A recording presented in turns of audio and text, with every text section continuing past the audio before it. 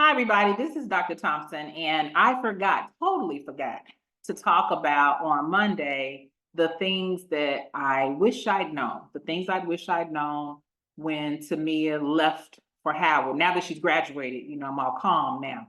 Now that she's graduated, she's back home. We were able to pull it together. She did it without having to pay. Everything worked out. But there's some things I wish I'd know. So I have my little notes here. I'm going to share what I think is helpful.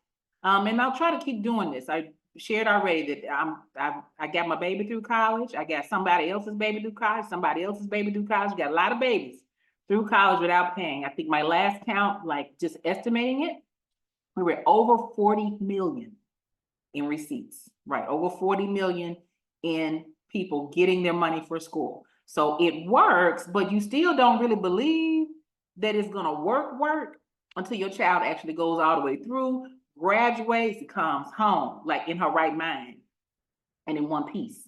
So I think y'all all understand that it's some stuff about now. I'm gonna tell you, I went to an HBCU. I graduated from Texas Southern University, and I am sorry, but Howard is a different beast altogether. Please know. Yeah, Malik, hey, tell him to tune in. Yes, tune in. And I'm gonna share this over on the YouTube channel. You guys, I'm trying to retire. Y'all like and subscribe and go over and watch this on the YouTube channel later. Share with your friends. But I'm really gonna tell you what I learned. As a mom, first of all, as a mother, and I'm gonna tell you what I learned as a person who helps students get scholarships.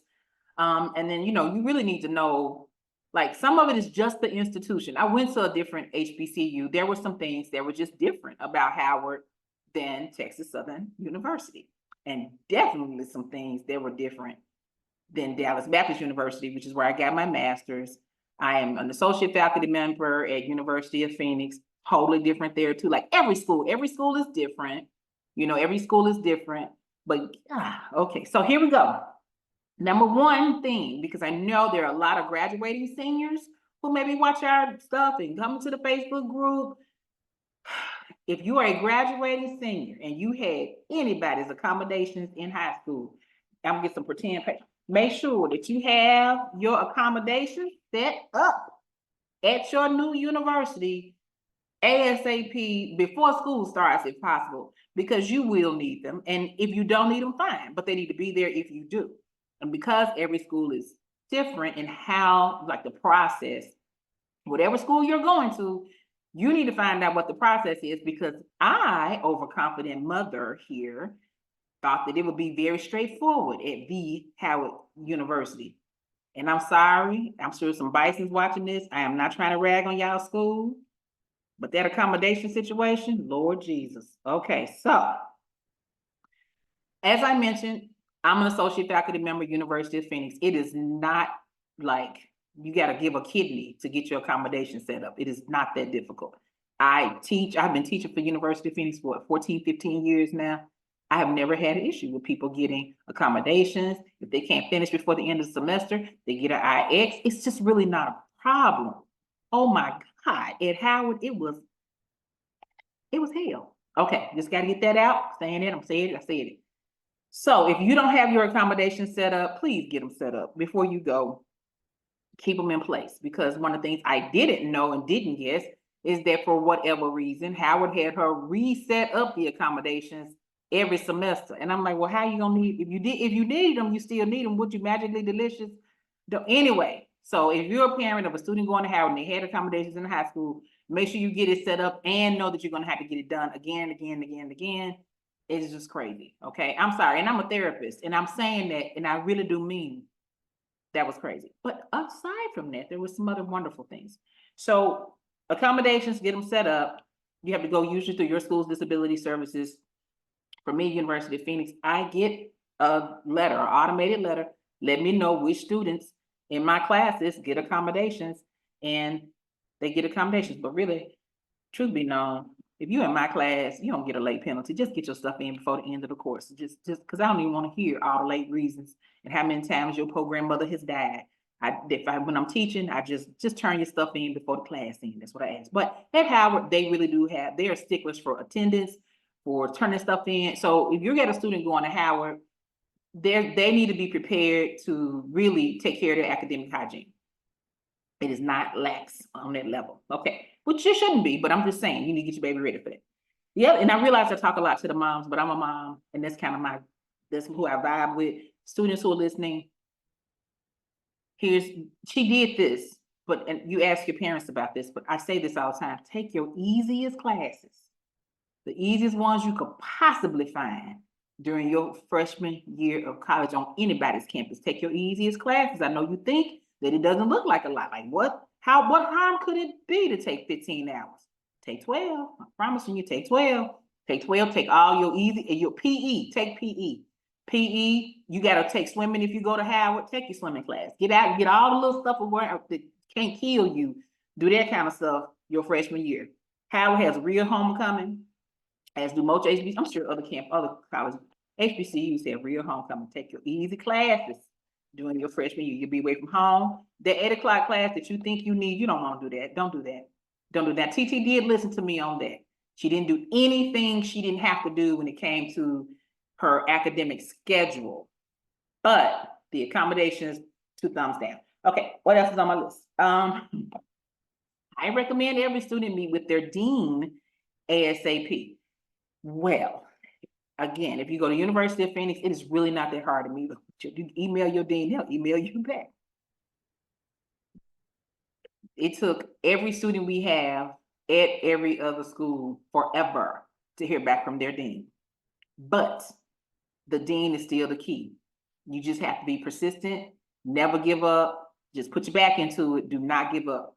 Your dean is the person on that campus that can move mountains for you when it comes to the departmental scholarships at that school, when it comes to letters of recommendation, conferences, internships. Your dean is your person. So you need a relationship with your dean. She did do that, but what I didn't prepare for was the length of time it was going to take to do it. So that's something that I learned the hard way. It was a while before she actually met a dean. And to be fair, she got on campus during COVID. And if you guys know, Howard was closed down during COVID with nobody on campus. That was horrible for her and for me emotionally as a mom. But she made it through. Thank you, Jesus. Still, it takes a long time. And if you guys are familiar with Howard, it's like big time professors at Howard. You don't have no rude-to-poo people. So you end up with people who have very busy schedules, very tight schedules. So here's the workaround I'm gonna tell y'all.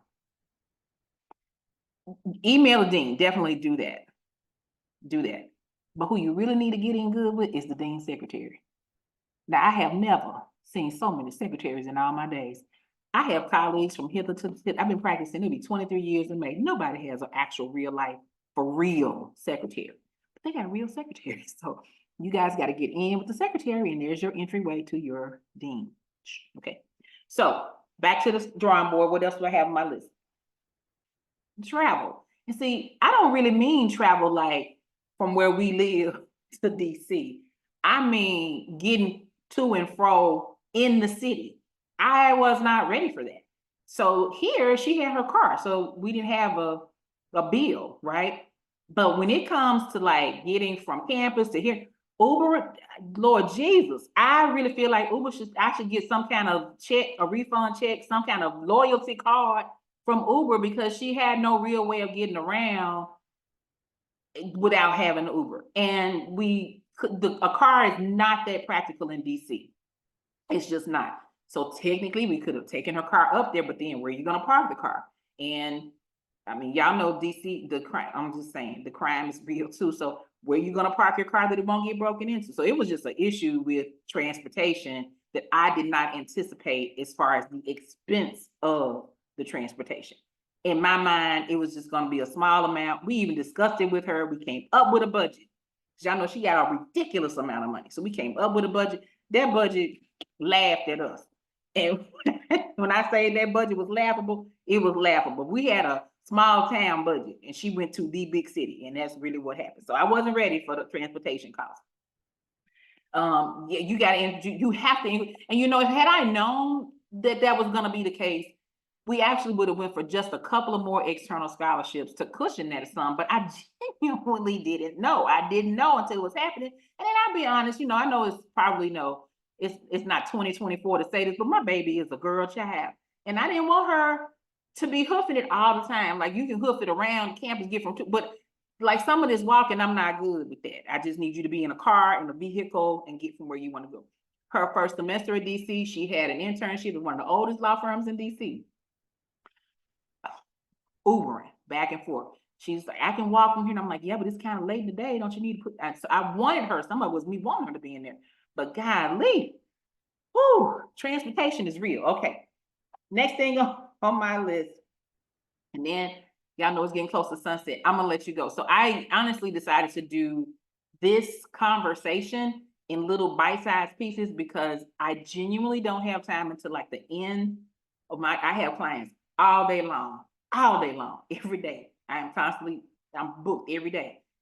And by the time my brain is back, it's about this time of day. But then it's almost sunset, which is when I want to go on my walk.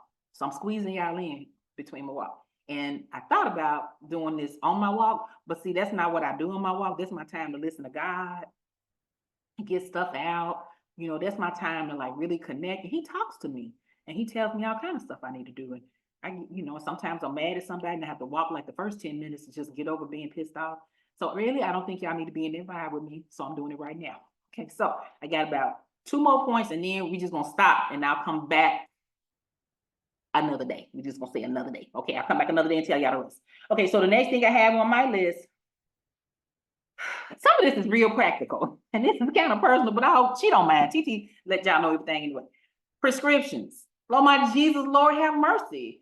Getting her prescriptions that were supposed to get to her, that was a nightmare. Okay, and of course, she's brilliant. TT has a genius level IQ.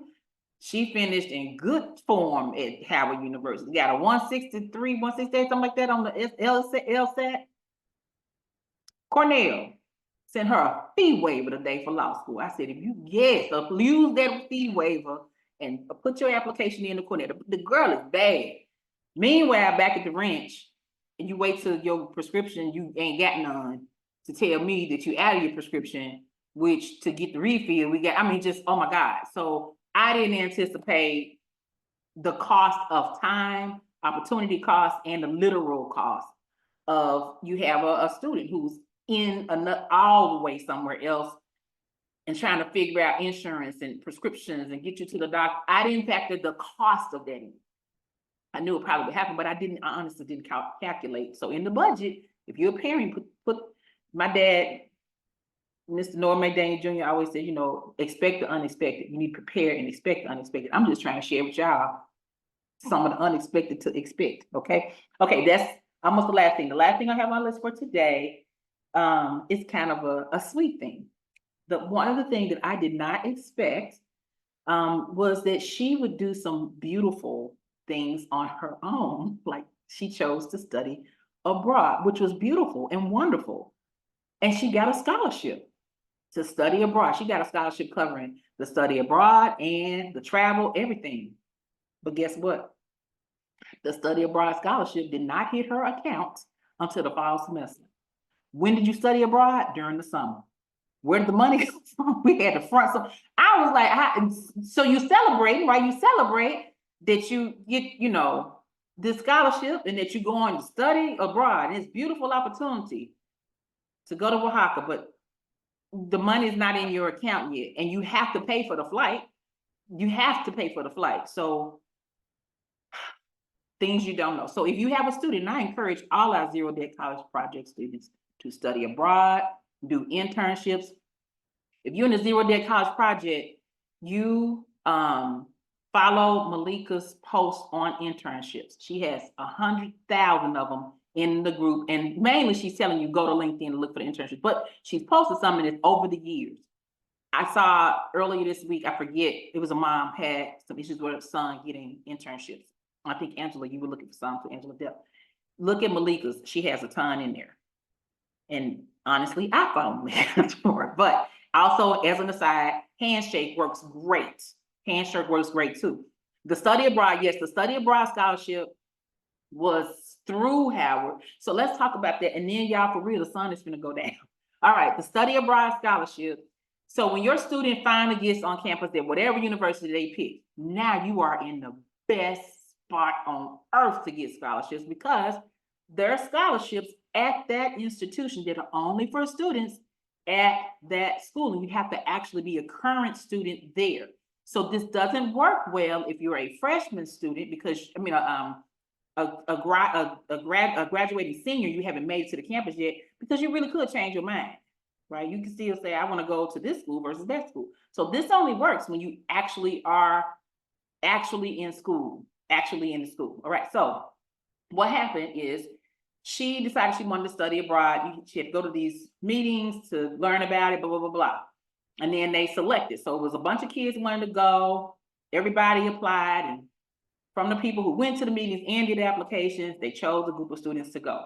Next is immediately they let you know how much this is going to cost. And I immediately let her know you need to find a scholarship. Now, technically, she had scholarship money, but remember, we didn't budget for you to use that scholarship money to study abroad. So apply for the scholarship. She applied for the scholarship. She got actually 2 scholarships. So the study abroad scholarship is from an external source, but given to Howard to distribute, if that makes sense. So you guys are watching this later on YouTube. I'm on Facebook Live. I'm talking to the Zero Debt College Project family in Facebook. And actually, I'm trying to maintain because I'm excited that one of our fam that he's going to Howard. So we need to make sure that we connect. Okay, just make sure we connect. All right. As an aside, so that's back to YouTube. So when you're at a school, you can apply for scholarships that are only for students at this school. So that's a little strategy for y'all too. Once you get on campus, remember we talked about those easy classes? The easy class, take the easy classes. Nobody care if it was in an easy class, you got a 4.0, you still got a 4.0. So spring semester, after your freshman year, there will be scholarships that you can apply for that require a certain GPA. Well, guess what you now have? A healthy GPA, because don't nobody care nothing about your little high school transcript once you get in college. That's all you will ever have going forward in life is your college transcript. Well, take that back. You do a federal job, some jobs you may still need that high school transcript, but for scholarships in college, what will now matter and be asked for regularly that you can't ever get away from is your college transcript, and it's permanent. So if you mess up your freshman fall semester, it's just there forever. And ever and ever and ever. All right. So spring semester, she done well, fall semester. So she was able to apply when the applications came out for study abroad. Got that. They awarded it, but the difference between being awarded and actually getting your check are 2 different things. All right, 2 different things. The truth be known, we're actually waiting on a scholarship check right now. She graduated in December. We just still waiting on the check. It'll be here sometime, but sometimes you do have to wait on the check. And although I did know that because her high school dual enrollment scholarship, the Mabel and Leo Scott scholarship through NCTC, was the same way. Every semester, the bill would hit her account.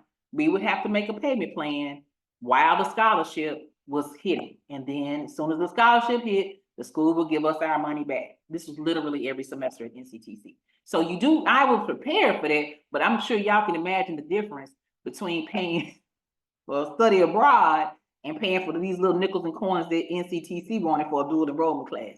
That was a totally different zero in front of the decimal. All right. Okay. So that was the last thing. Was sometimes they do something really wonderful, beautiful. Go get a study abroad opportunity. You got to actually compete for it and you get it. We were just excited that she was selected. But then the next thing was, how would we pay for this without dipping so far into your scholarship savings, the money that she gotten back from her scholarships to previous semesters? You may not be able to get around it. So that was something that I had to just take one for the team, is that we get the money, we pay it. We know they're going to give it back, but it did take months to get that money back. No big deal. Now that's no harm, no foul on anybody. I don't have any complaints about that. It's just a life lesson learned. And for you guys who are getting ready to go to school, this is a life lesson learned on why you need to get a scholarship refund check. Because when it comes time for you to take advantage of opportunities, sometimes you can be awarded a scholarship, the disbursement is later, and by the time you get that check, you've missed opportunities because you didn't stockpile your money. So put your money up. Put your money up somewhere. This is not the time for you to ball out of control or go get inked up. This is the time for you to put your money up somewhere so that you can take advantage of opportunities. Okay. All right. Let me see.